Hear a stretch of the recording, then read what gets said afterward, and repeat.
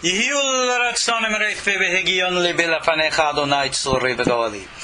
the words of my mouth and thoughts of my heart be acceptable before you, O God, my rock and my redeemer.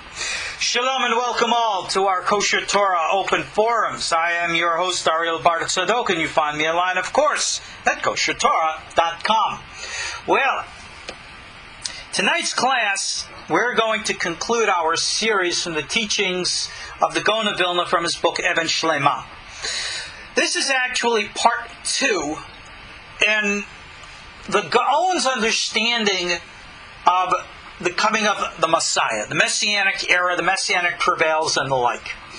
And the section that we have to discuss tonight is a very, very important subject matter, especially now.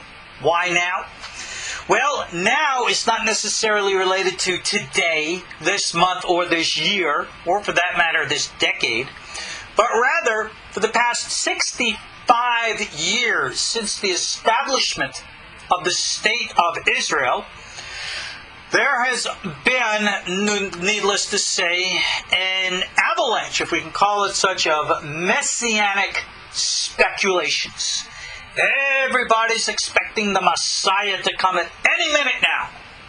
And the existence of the State of Israel is interpreted to be a sign of the coming redemption.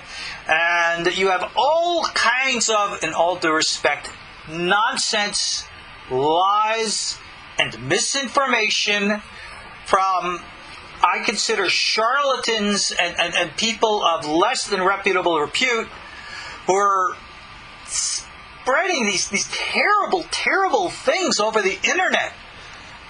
I really can't say how badly I think of these people who go around saying, everybody in the world is going to die, except for those people who come to the land of Israel. And if you don't drop everything right now and come to the land, you're all going to die. This type of talk, I seriously question the psychological stability of those people who believe this. I mean, it flies in the face of reality. It flies in the face of Scripture. It flies in the face of the words of our sages. It is contradicted by everything that every rabbi has ever taught for the last, 2,000 years. So where on earth is this lunatic fringe coming from with these non-Jewish teachings? Now, in all due respect, we are very patriotic and faithful Zionists here. We are very, very much supporters of and believers in the State of Israel. Whereas, at the same time, we recognize what a Zionist Jewish state is.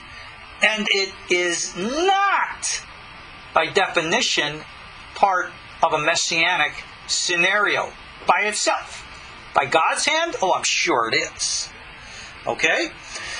Indeed, if we look at prophecy as it's written in the books, you're going to draw many conflicting conclusions.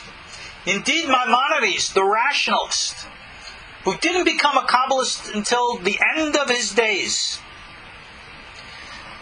wrote that we don't have what's called a clear Masorah, a clear, definitive teachings of our sages of an A, B, C, D, E, F, G process. And in that respect, what we have to understand is why.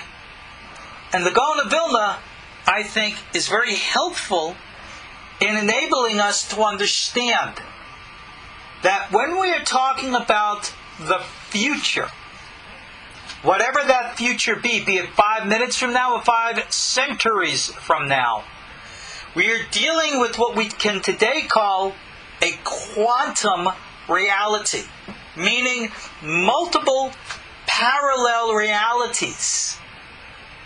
And like the curve of a river, or like branches coming forth from a tree trunk, which is which and how is what, and etc. and so on, is not something that we can actually really define so clearly. It's like fractals. So then how do you understand? How do you know? Well, we do have an understanding of fractal geometry today and the like. It might be rather complicated. We do have an understanding of quantum realities. Well, it might be very complicated, but why on earth would we think that the space and time and mind dimensions created by the Creator are to be defined simply within the limitations of present human consciousness? This is the mistake many people make. We want to think that we understand, that we know, that we have our finger on things and we know exactly what's going to be. We have God in our pocket. Well, I'm sorry to be the party pooper. No, we don't. And this is the issue that I think is so vital. You see, we can come to an understanding of things if only we give up fantasy and come back to reality. And that, of course, is the greatest difficulty before us all. We all have our beliefs. We read it in a book, and the book is holy, and the rabbi who wrote it is holy, so what he says, I believe it, that's it. I don't want to hear anymore. Yeah, shut up, shut up, shut up. And that's the way people act. And it's because they don't understand what the rabbi wrote in the book. Or, not necessarily that every book that every rabbi writes is, if you'll forgive the term, gospel truth. Rabbis write what are called opinions, ideas, beliefs. And every rabbi has one. And sometimes they even have two. And that's just the way it is. That's why there is no such thing today as a definitive Torah theology. Very rare exception. I mean, 13 Principles of Maimonides is pretty much agreed to, but I emphasize pretty much because not everybody even agrees on that. Go read the commentaries on Maimonides to see. Ultimately, what we are left with is the preponderance of ideas. And now I want to help you weed through the garden of ideas to help you understand and know the difference between what we call Pshat and Sod in Torah. Pshat and Sod are traditionally referred to as, if you will, Halacha, Talmud versus Kabbalah. Halacha and Talmud being Pshat, Kabbalah being Sod. But in all due respect, that definition does not do justice to the terms. You see, Pshat can also include Kabbalah. Because anything that is, if you will, rational, academically or intellectually based, is by definition Pshat. Pshat is a way and mode of thinking, as Sod is a way and mode of thinking. Pshat and Sod are not subjects of study, they are methods of study. So therefore, one can come to any subject whatsoever and study it either according to Pshat or Sod, depending on how one comes to look at the subject. If you look at it straight on through a magnifying glass, and every scientist will tell you about quantum reality, it seems to take the form that the observer wishes to observe. So therefore, when you look at something, it takes the form you think. You have, in essence, limited it, rigidized it. In Hebrew, we call that din, severity, gevura, restriction. It is only when you don't look at it with the academic intellectual eye, but allow things to flow from a deeper level of human consciousness, that you can tap into and sense and feel, but not emotional feel, its fluid living state. I always use this Star Wars term, to feel the Force, to go with the Force. And most people will laugh at me and condemn, how are you using a movie term? That means it's illegitimate. I said, oh, shut up. I mean, good Lord. We're using examples that many people in Western culture are familiar with, film adage, are familiar with. It helps put an image in the mind. And that's what all this is about. Imagery. Words are often misunderstood. Imagery is something else. I remember in 1977, when I had to stand online for hours to get tickets for the first Star Wars film. And when we first heard about the Force, I remember me and my college buddies at the time said, wow, Obi-Wan Kenobi looks like he's wearing a Moroccan jalabia. So obviously Lucas's inspiration must have been a Kabbalist. That's how we interpreted it. And it was indeed based upon that type of an inspiration that motivated me to go to Jerusalem and then to seek out what true Kabbalah was all about. And I'll tell you, there are Kabbalists and there are Kabbalists. There are the academic, rational Kabbalists, and then there are those who are psychic and intuitive. And you clearly see the difference. The difference between them is like day and night. All the academic Kabbalists write the big books, to wear the big black hats, and boast how important they are as big Rosh Yeshivas. Whereas the true psychic, intuitive Kabbalists never ran yeshivas, never boasted of anything, certainly didn't wear big black hats or anything of the kind. Maintain low profiles, were usually rather financially poor and the like. And I'm not going to name names because I don't want to praise or embarrass anybody. But unfortunately, Kabbalah study today is, for the most part, in the wrong hands.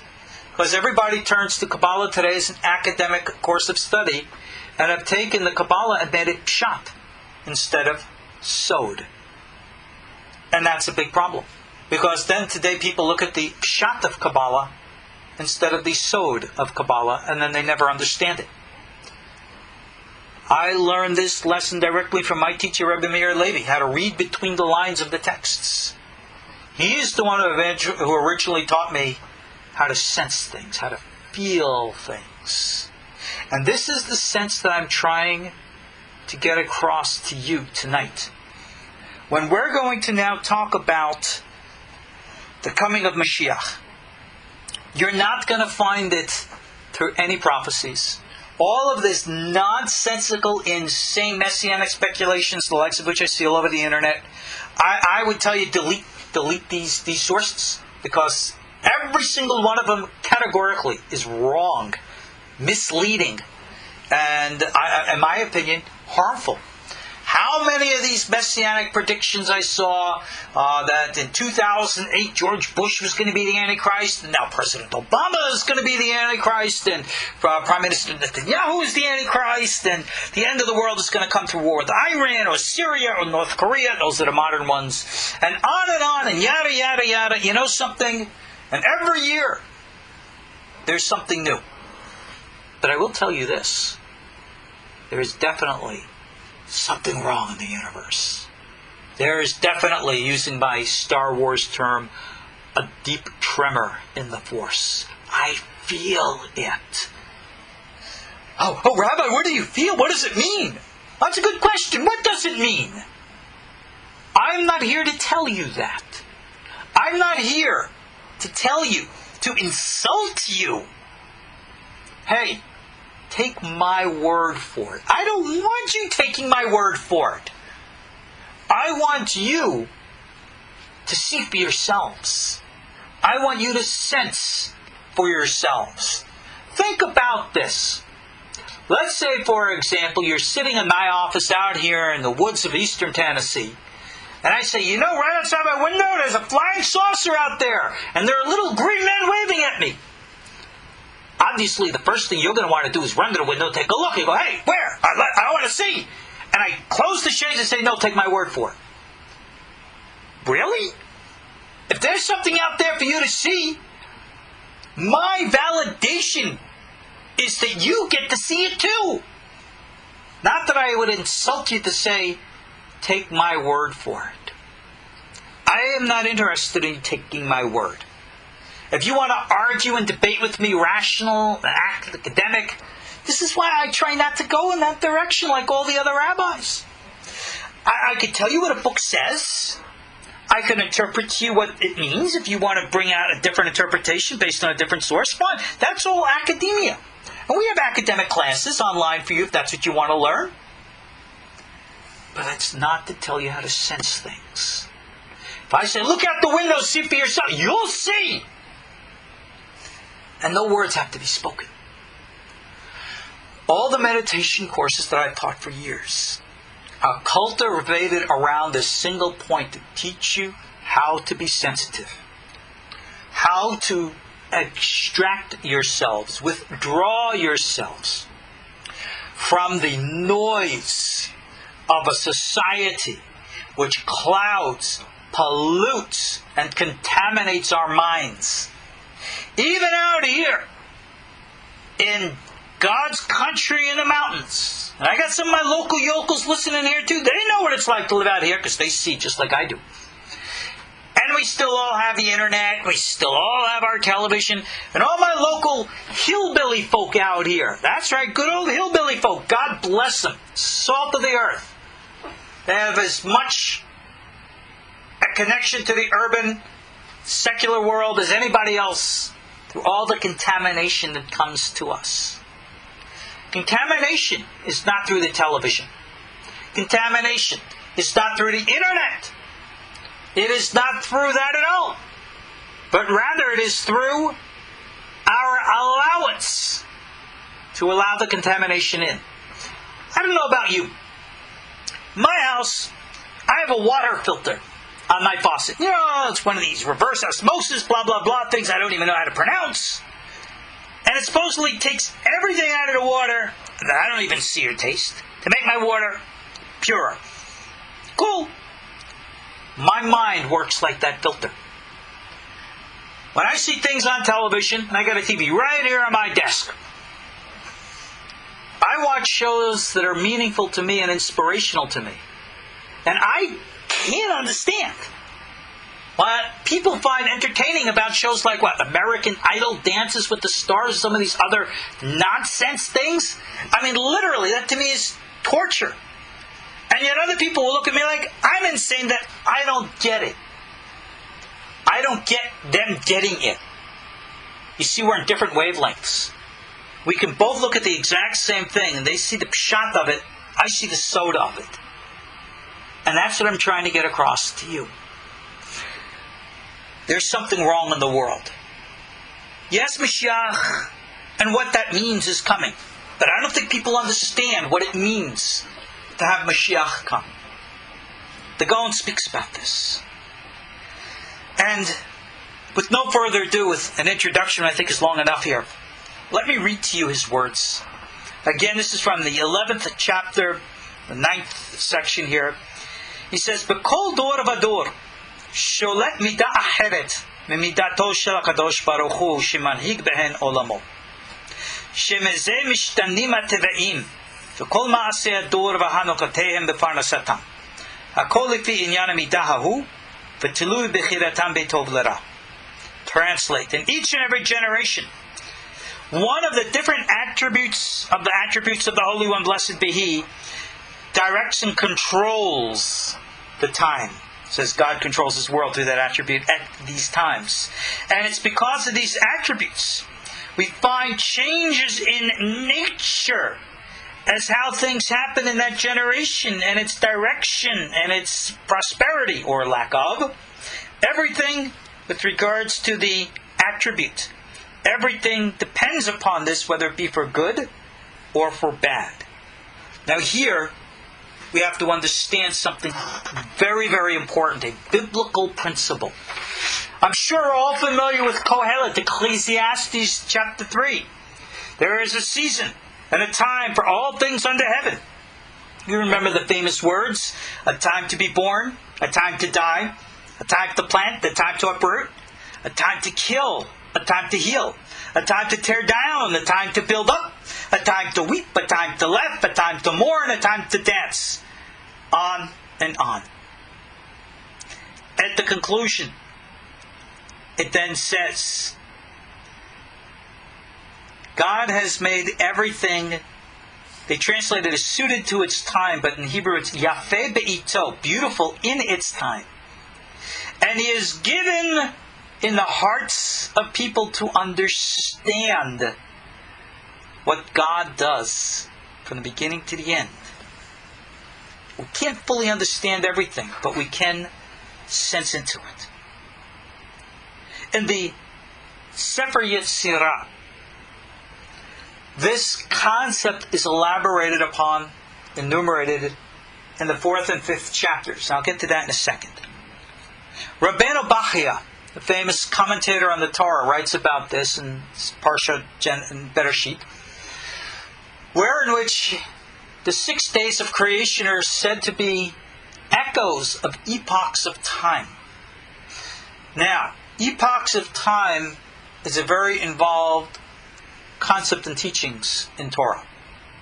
Indeed, you will find numerous sources, and there's an interesting essay on this topic written by Rabbi Aryeh Kaplan in his book entitled The Immortality, or I should say The Immortality of the Universe. I think that's what it is. It's available on Amazon.com, and I believe it should still be available. And of course, if you click through Amazon on KosherTorah, we of course get a percentage of that, so we encourage your support of us so that we can continue, of course, to be here for you. But anyway, the age of the universe, that's what it is. The age of the universe, I think that's what it's called. The age of the universe, something like that. The immortality soul, something like that. I don't remember exactly what the name of the book is, but you go out there, put those words out there, and I'm sure you'll find it. He translates there, one of the few sources in English other than my own, about a very deep and profound secret, which truly helps us understand that, put Torah in a context that coincides with modern science in all the branches. You see, our story in Genesis is a metaphor. It was never meant to be taken literally. You have books like Genesis and the Big Bang, written by Dr. Gerald Schroeder, who was a PhD physicist. Highly valuable reading. I encourage you to do so. You must understand, according to numerous sages, dozens of them, Adam was not the first human being on the face of the earth. There were full epochs of pre-Adamic civilizations, wherein which, according to how we understand time, humanity, is what we understand, might have been here on earth for literally millions of years. And you have highs and lows, civilizations rising and falling. And we are just in another one of the many cycles of life. And these are the attributes of which the Gaon of Vilna speaks about. These are called the pre-Adamic civilizations, the Shemitot. And indeed, this is referenced even in the Tikkun Zohar, Tikkun 36. And the Gaon of Vilna, on his commentary to the Tikkun Zohar, makes reference to them himself. So he was of this believer as well. So understand then and know that just there are greater cycles like waves, there are smaller cycles. And therefore, just like it says here in Kohelet, there's a time and a purpose for all things under heaven. There are flows. High times, low times. Good times, bad times. Times to kill, times to heal, times to build, times to break down. How many times? Oh, go count them in a Kohelet. That's, again, don't look at this as an academic exercise. You will learn this when you can tap into nature and sense the movement of seasons. Those of us who live in a rural setting, who literally plant crops, we plant our own vegetable gardens and stuff like that. We got raised beds and we plant our seeds in them and all the rest. We can sense with the way the wind blows, with the sensing of the temperature, what's coming, whether it be storms or good weather and the like. Sailors who sailed the seas, who were obligated to know nature, understood this. Our entire Torah was built upon these ideas. What was the promise that Moses gave to the children of Israel? Bring them to the promised land. And what were people going to do in the promised land? They were going to strip it clean and build a big urban megalopolis, right? Not in my Bible. Not in my Bible. They were given the laws that are dependent upon the land. Halachot atluiyot ba'aretz. We're told to take care of the land. We're taught by the prophets, not even a rabbinic opinion, the prophet himself. Why did God send the nation into exile for 70 years, Babylonian exile? Because for all the years they did not observe the sabbatical. They did not give the land its rest.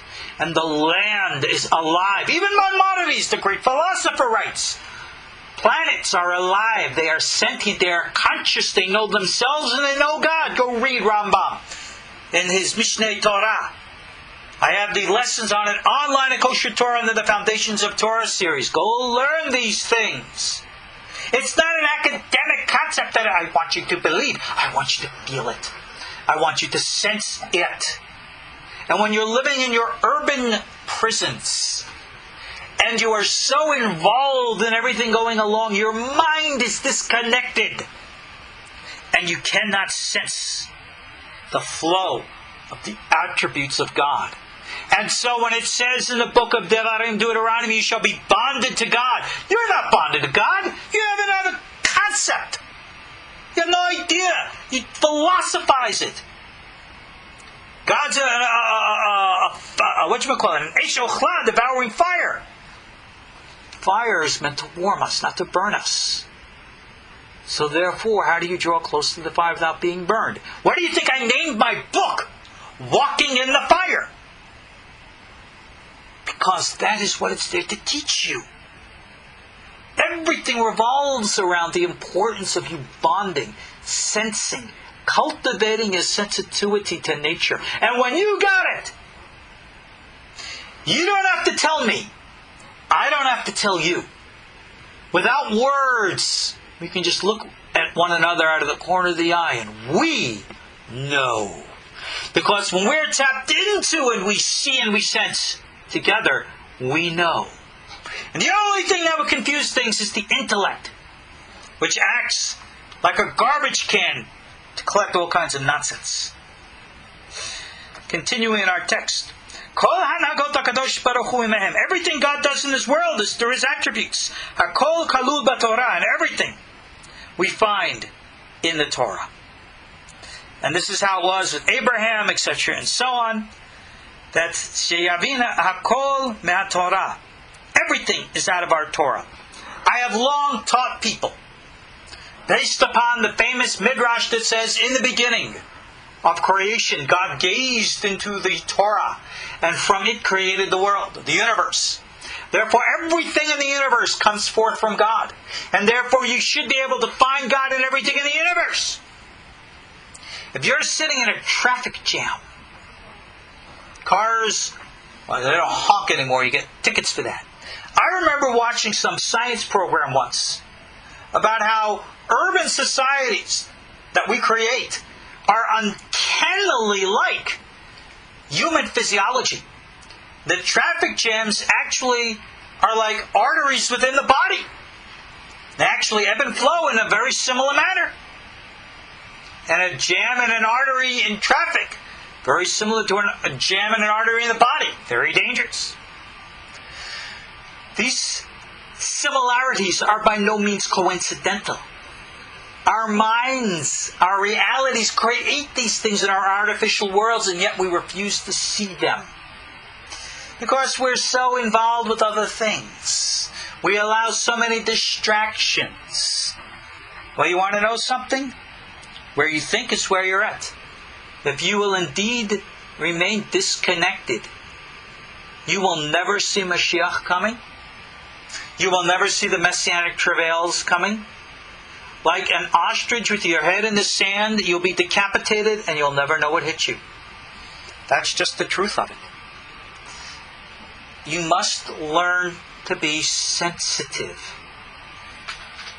Right? Remember the famous words that Obi-Wan Kenobi said to Luke Skywalker about his eyes, right?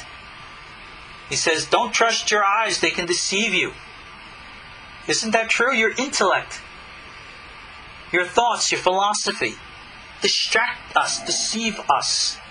You can sense so many things with dark sight, meaning with your eyes closed, than you can with your eyes open. There is actual scientific evidence that the brain perceives things beyond what the physical eye can see. Yep, true. Go watch some of my favorite programs through the series Through the Wormhole. We got all the scientific evidence there, the likes of which I can't even begin to repeat. B'kol dor v'dor yesh kitzim lefi inyan teshuvah v'hazchuyot miyuchadot la'oto dor. Each and every generation has the ability to be the, in quote, end of days, based upon repentance and the merits of that generation. However, the ultimate and true, what we call end, Ketz ha'acharon, la taliyah b'teshuvah ele b'chesed, is not dependent upon us. Essentially what he's saying is we cannot bring Mashiach. Mashiach will only come by the grace of God. And he quotes here a verse from Isaiah, Lema'ani a'aseh, it's for my sake I will do, says God. And this is also in the merit of the forefathers. There's a very interesting teaching here that I want to share with you what he's getting at. We have two different ideas and beliefs about the coming of Mashiach. I've discussed this in many other sources as well. There is the concept and the idea of the natural coming of the Messiah.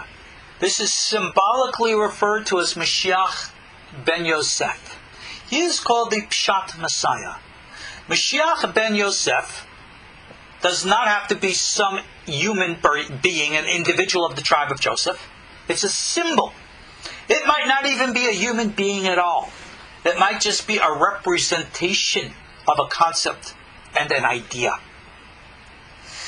And based upon our merits and our righteousness, we might be able to materialize what is called Mashiach Ben Yosef. As such, Mashiach Ben Yosef is again depends on our merits and righteousness. I have written a long teaching, which if you go on to the eschatology end of days studies, that the essays that I have on KosherTorah, it's on our front page, scroll down the right hand side where it has essays, you'll see eschatology end of days studies there. And you'll see I have a long essay about the identity of Mashiach Ben Yosef and how I sense it. Mashiach Ben Yosef, unlike what everybody wants to write philosophically, is not necessarily an individual. I look at it as being today the state of Israel itself. And when it says Mashiach Ben Yosef not die, we hope and pray that the state of Israel will be able to survive. That it does not have to succumb to a second Holocaust or the like. We pray that the state of Israel should rise to become a bastion of holiness. Of course, it will have to utterly remove the Haredi influence in order to accomplish that. And thank God you have people like Minister Lapid and Bennett in the government today, who for the first time are able to start to unravel the Haredi spiderweb, which has so poisoned Israeli society. And it's not like anybody hates Haredi, but unfortunately they've been so corrupted and so skewered off of the Torah path for so long that it's now our moral obligation to do whatever we can to get things back to normal, so that people in the state can breathe a fresh breath of fresh air. Now, there's so much reform that the state of Israel so desperately needs. The religious issue is only one of so many problems. Problems with the Arabs is just one of so many problems. Somebody here in text is saying, why are so many great Gedolim against Lapid? First of all, the rabbis who are today called Gedolim, great ones, are certainly not great. They are insignificant at best, and that is not my opinion. That is just the opinion of the Ariel himself in Shar Psukim on Isaiah 29. That in these days and ages, these rabbis today are political people. They don't like their power base, their culture, which is skewered from Torah, being taken away from them. But I consider it a moral and religious and Torah obligation to neutralize the Haredi poison and to get Torah back to a normal stance. Mr. Lapid is by all means not anti-religious. His second in his government, his party, is an Orthodox rabbi. And so it goes. Mr. Bennett is Orthodox. These are Orthodox people, but they're normal. They understand what it means to live in a real world. Are they in any ways in tune with what's going on? I think they're a heck of a lot more in tune than the out-of-touch Haredim are today. But again, I see this so clearly, and I will meet the prejudice and the upset and the anger of many people who say, how dare you speak? Well, how dare what? See with your own eyes. You can't, can you? In order for Mashiach Ben Yosef to come, we have to create a better world. That's what Mashiach Ben Yosef means. There are many people today who want to rebuild a third temple. Well, that contradicts what the Talmud teaches, contradicts what the Zohar teaches. It contradicts so many things. There are those people today who want to say, let's force the redemption. But yet we are taught by our sages over and over again, that's just not the way things are meant to be. But now let's discuss what that means. If we want to force a better society in the state of Israel today, by all means, we should go to the country and work socially to change the fabric of the morality of the people, change the fabric and structure of government. Obviously, we need sincere and honest religious people in order to accomplish that, not the poisoned, hypocritical liars that we have today. And if we can actually create a sense of camaraderie, righteousness, and goodness, then maybe we can transform the state into a blossoming icon of beauty instead of being a lightning rod for hostility and anger. Of course, you're dealing with world anti-Semitism and the like. We all know that. And yet still, potentials and possibilities exist. But now let's put all of those aside. We will speak now about the coming of what we call the Mashiach, Mashiach Ben David. We know through prophecy how there's supposed to be the Messianic travails, the end of days. Our sages warned about this. And how did they know? The answers are actually rather simple. They recognized the ways and means, the highs and lows. They recognized the natural way of the Messiah that could come. Now remember, can we build a third temple today? Yes. Would it be halachically pure? Absolutely not. Would it have the Ark of the Covenant? But of course not. You cannot make an artificial ark. Would it have the holy presence of the Shekhinah? But of course no. It would be as much an empty shell as was the second temple itself, which comparatively to the first had absolutely no holiness.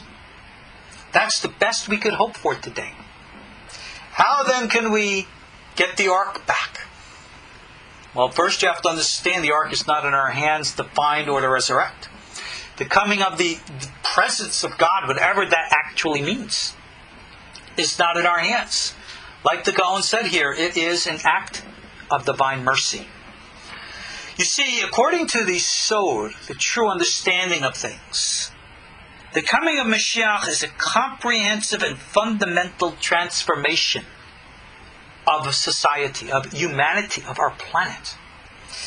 It's a fundamental shift and change of how the human mind is going to operate. Think about this. In which we will no longer relate to our world through an academic intellectual function, but rather through an intuitive psychic function. It is a completely different way of looking at life and in the world. And in doing so, our entire relationship with the world would change. And because of this fundamental shift in human consciousness, and the energies and the, if you will allow me, vibes that will put into collective consciousness and into the consciousness of the planet, fundamental things will shift. Spirits of hostility will be neutralized, even in the animal kingdom. According to the Kabbalistic understanding of the prophecy of Isaiah, where it says the lion will lay down with the lamb, that's understood to be quite literal. That ultimately there will be a neutralization of hostility, where in which certain things fundamentally, genetically are going to change. Death will no longer occur. Because what is death? It's the separation of what we call the life force energy, the soul, from the body.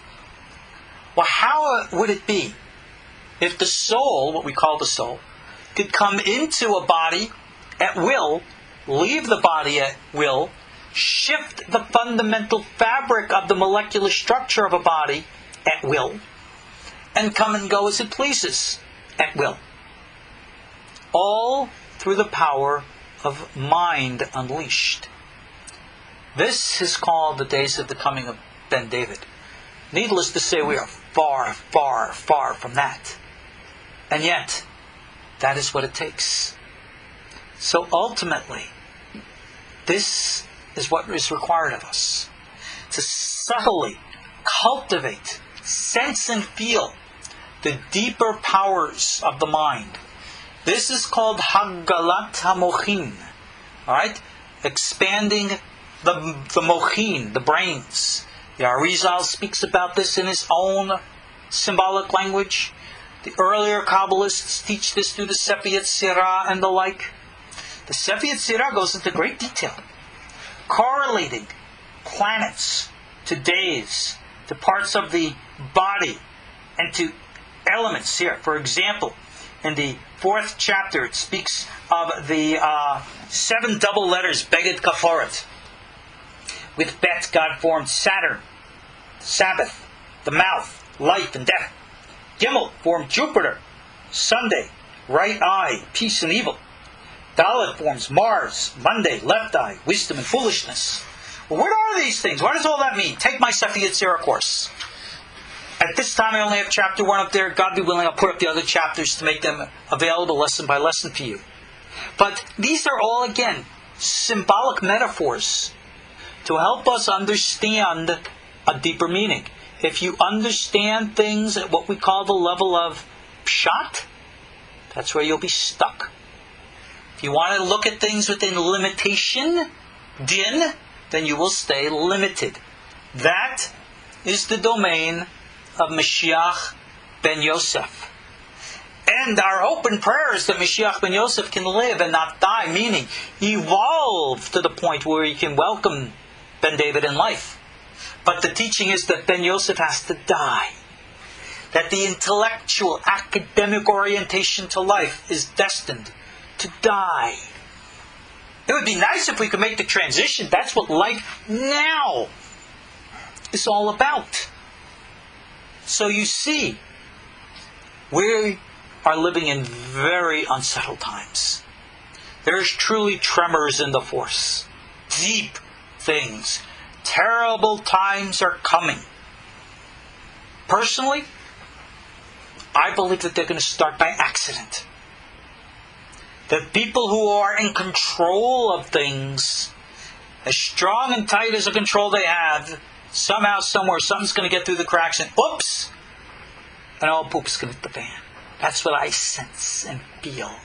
In spite of the fact that they think they're in control, everything has to come a toppling down. It's destiny. So ultimately we must understand this, accept this, embrace this as the natural way. We're all going through hard times right now. We're all going through financial hard times, health hard times, mental health, physical health. Everybody's going through a rough time. And I advise you, we will only get by with the help of one another. I turn to you, my audience, all the time for your support, Let KosherTorah be strong, so that KosherTorah can be strong to be there to support you. And each one of us has to be there to help others. Is this an academic argument that I really need to make? Can you not sense this and feel this? Can you not realize that there are deep deceptions and things wrong in our world? And we can make a difference, each in our own itsy-bitsy different way. All we have to do is do it. We talk so much and do so little. The Gaon continues, and he speaks about all the different issues in the month of Tishrei. He says these are all hints to what is to come. We have the Day of Judgment, Rosh Hashanah, and then of course the forgiveness of sins in Yom Kippur, then Sukkot and Shmini Atzeret in the times of their joy. In the time to come, originally at first there's going to be the great Day of Judgment, and then there will be forgiveness, and then there will be a transformation, like we read in the book of Zechariah. Let me tell you something. The coming of Mashiach is going to be an actual historical and political event. And there are many, many secrets of his identity and his location. And I will tell you right now, he is not on the face of this earth. He is not in New York. He is not in Jerusalem. He's not some unidentified guy in Israel today, and he's certainly none of these rabbis who are these charlatans. Everyone which tries to make the other to be Mashiach. No. There's a big secret about where he is today. The Zohar says he's in a place called the bird's nest. That's its metaphorical term. You want to see Mashiach? You can.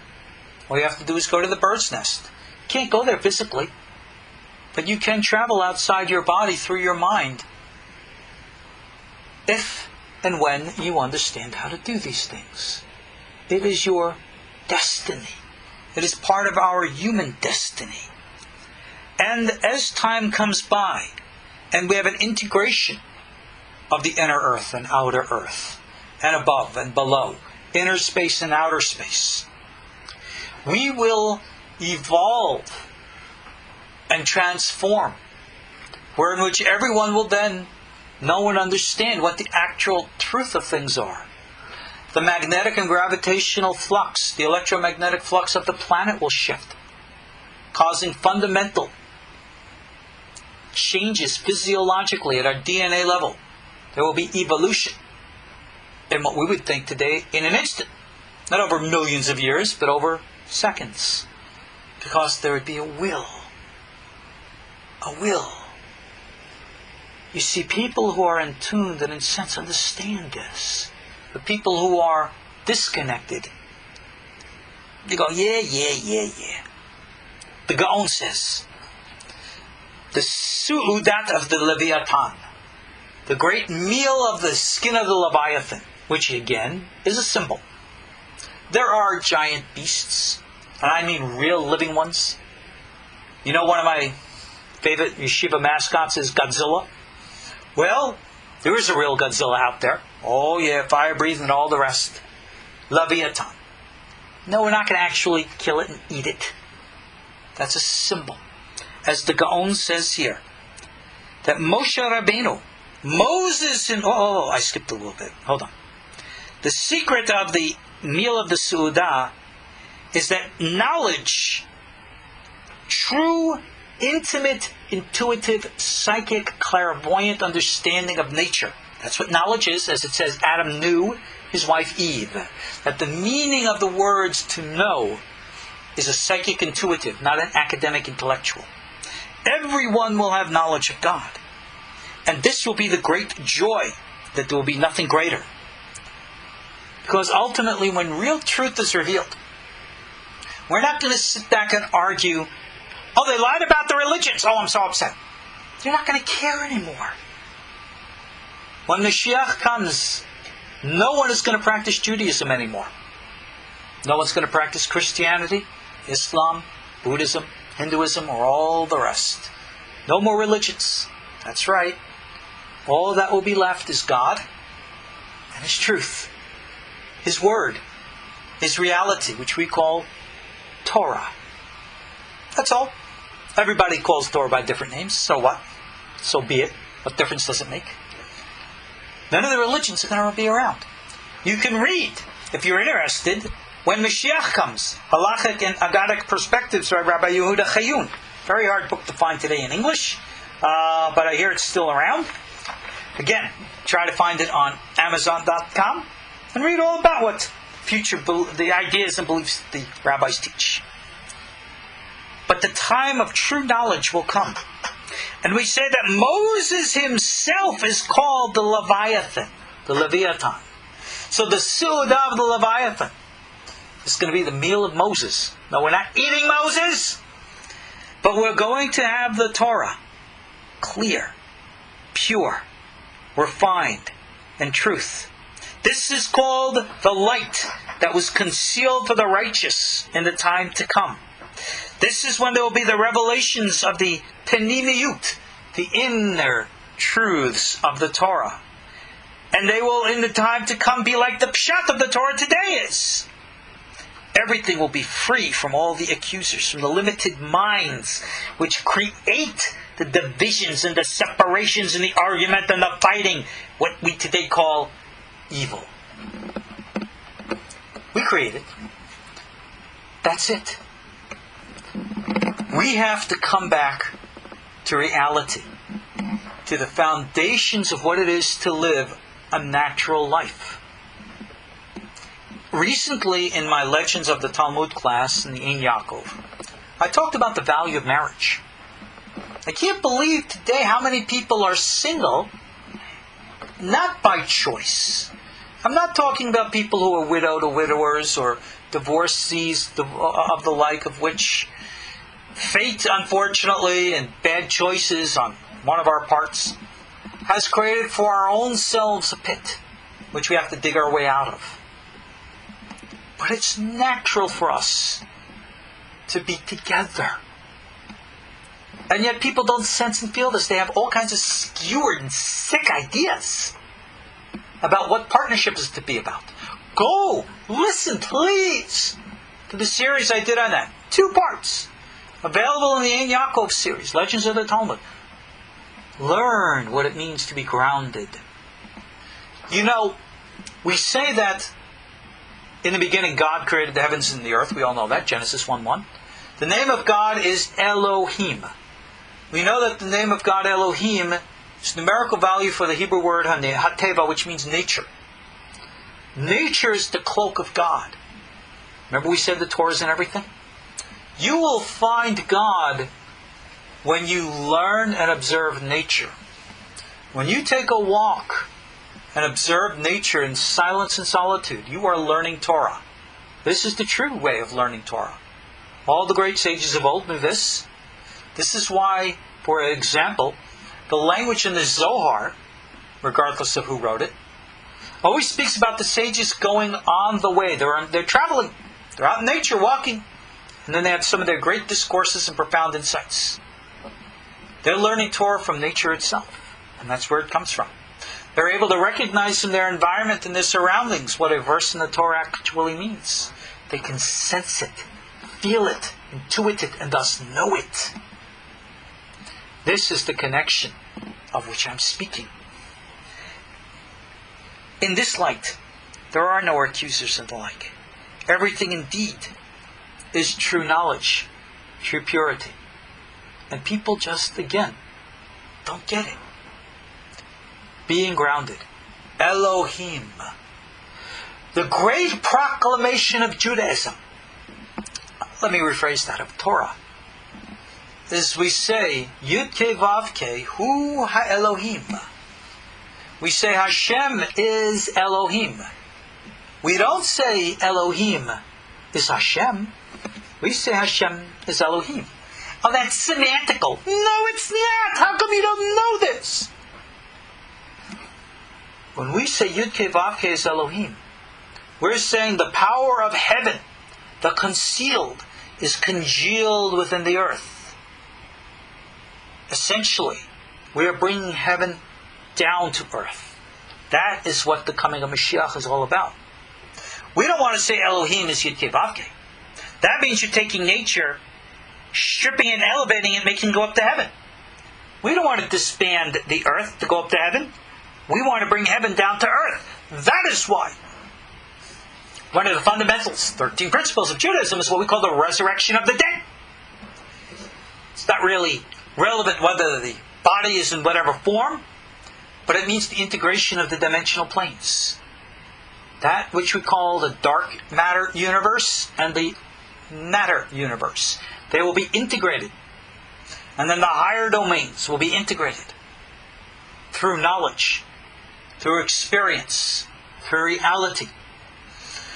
And that will transform everything. The Baal Shem Tov taught. I've taught this in previous times, in the previous class. We have that spark of the Messiah within us. This is what the Gaon is talking about here. Can we bring this to utter fulfillment today? No. Like the Gaon says, that depends on God's mercy. That'll happen in its time, as known to God and known to no one else. But even though we can't complete the work, we're not free to avoid our share. Rabbi Tarfon, 2nd chapter, Pirkei Avot. You have an obligation. I have an obligation. We have an obligation. I'm going to pull back the shades. I'm going to tell you, look out my window. Look. Do you see? Don't sit there and say, no, I'll take your word for it. Please don't take my word for it. I provide for you all the techniques and tools. Not for you to take my word for it, but for you to see, to sense, to feel, and to know for yourselves. We are in difficult times. I believe everybody should sense and feel this. And people will then email me, well, Rabbi, what should I do? I don't know. What should you do? What does God want you to do? I know what God wanted me to do. I knew that 2 years ago. That's why I moved out of California and I came here. What does God want from you? Don't ask me. It's not for me to tell you. What God wants from you and for you, only God will tell you. All I can ever do is maybe help you refine the connection to hear the voice better. That's why KosherTorah is here. That's why we need your support. Because the more you support us, the more I'm able to support you. Yeah, it's just pretty much the way it works. So what? Do you understand now? When is the end coming? When is Mashiach coming? When is World War III coming? Doesn't matter. Does it? Let's say the war is going to start tomorrow morning at 9 o'clock. Whatever tomorrow is, whatever. Doesn't matter. Well, I'm not prepared.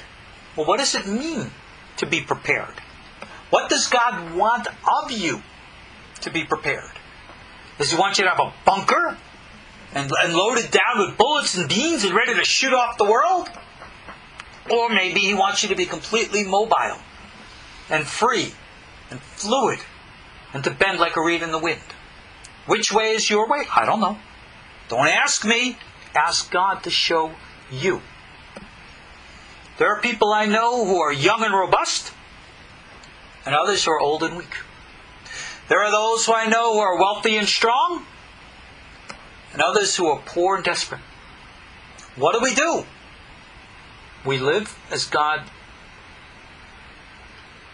and we live with God. We live by God, for God, with God. And we allow ourselves to transform and be with what needs to be. It is a living flow of living Torah. And that is what has to be. Everyone is different. Everyone is going to have a different fate. Everyone is going to have a different path. Everyone has a different way. In the end, there will be different expectations. On the day of judgment, God is not going to ask you why you weren't like Moses or Shimon Bar Yochai or like Ariel bar Tzadok. God's going to ask you, how come you weren't you? God's going to say, I sent you to this world for a reason. How come you didn't accomplish your task? And what are you going to do? What are you going to say? Well, I don't know. Well, now's the time to know. Now's the time to ask. Don't ask me. You haven't recognized it yet. I ain't God. I ain't a prophet. I ain't nothing. I'm just me. I ask for me. And I can sometimes, if I am blessed, sense and feel maybe for another. But I can't tell you that and expect you to listen. All I can ask of you is to learn to sense and feel for yourselves individually. That is how the Gaon concludes this. Alright? That everyone, the land will be full of knowledge. The protected wine, the secrets of the Torah by the hands of Moses will be revealed. And at that time, does it say, the glory of God will be forever. We will rejoice in God's work, and God will rejoice in His works. May it be. Amen. May that so. And that is how we must conclude this. So to sit and argue theologically what we got to do and how we got to do it. No. Allow the force, which is the real Shekhinah, to flow within you. To cleanse your mind from all of its academic and intellectual limitations and poisoning. And to sense and feel the natural world. And if you think you can do that in the hustle and bustle of the big city, well, what can I say? I mean, if you want to try to reach that one spark of light in the congested toilet bowl of all the filth, I guess you can. I guess for some people that might be their path and destiny. But there's always choice. You can say to God, I'd like to have a better, clearer reception. Do you ever have like a radio and you want to get a clear reception, and if you got so much static around, you try to shift the antenna? Well, sometimes you have to shift your lives to make your antenna get a better reception with God. So what would be a next step? Well, I'm going to tell you what a next step is. Needless to say, I have all my meditation courses online. And there are many of you who have taken advantage of them, and many of you who just haven't. Financial reasons or otherwise. That's life. Make your choices.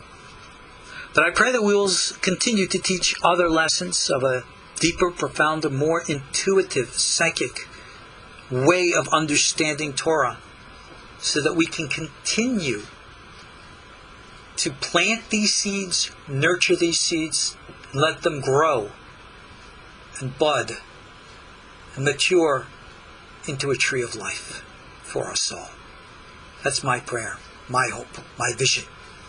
So that when you will look outside the window, rather than debate and argue what's out there, we'll just walk up to that tree of life together and equally partake of its fruit and learn what it truly means to live forever. Thank you all for joining me. I'm your host, Ariel Tzadok. Come see us online at KosherTorah.com and support us through the purchase of our materials for you. And again, if you will, anything and everything that you can buy on Amazon.com through KosherTorah goes to support us. And every little bit counts. One seed at a time. One stone at a time. One step at a time. Again, thank you all. God bless. Thank you all. God bless. Thank you all. God bless. Thank you all. God bless. Thank you all. God bless. Thank you all. God bless. Thank you all. God bless.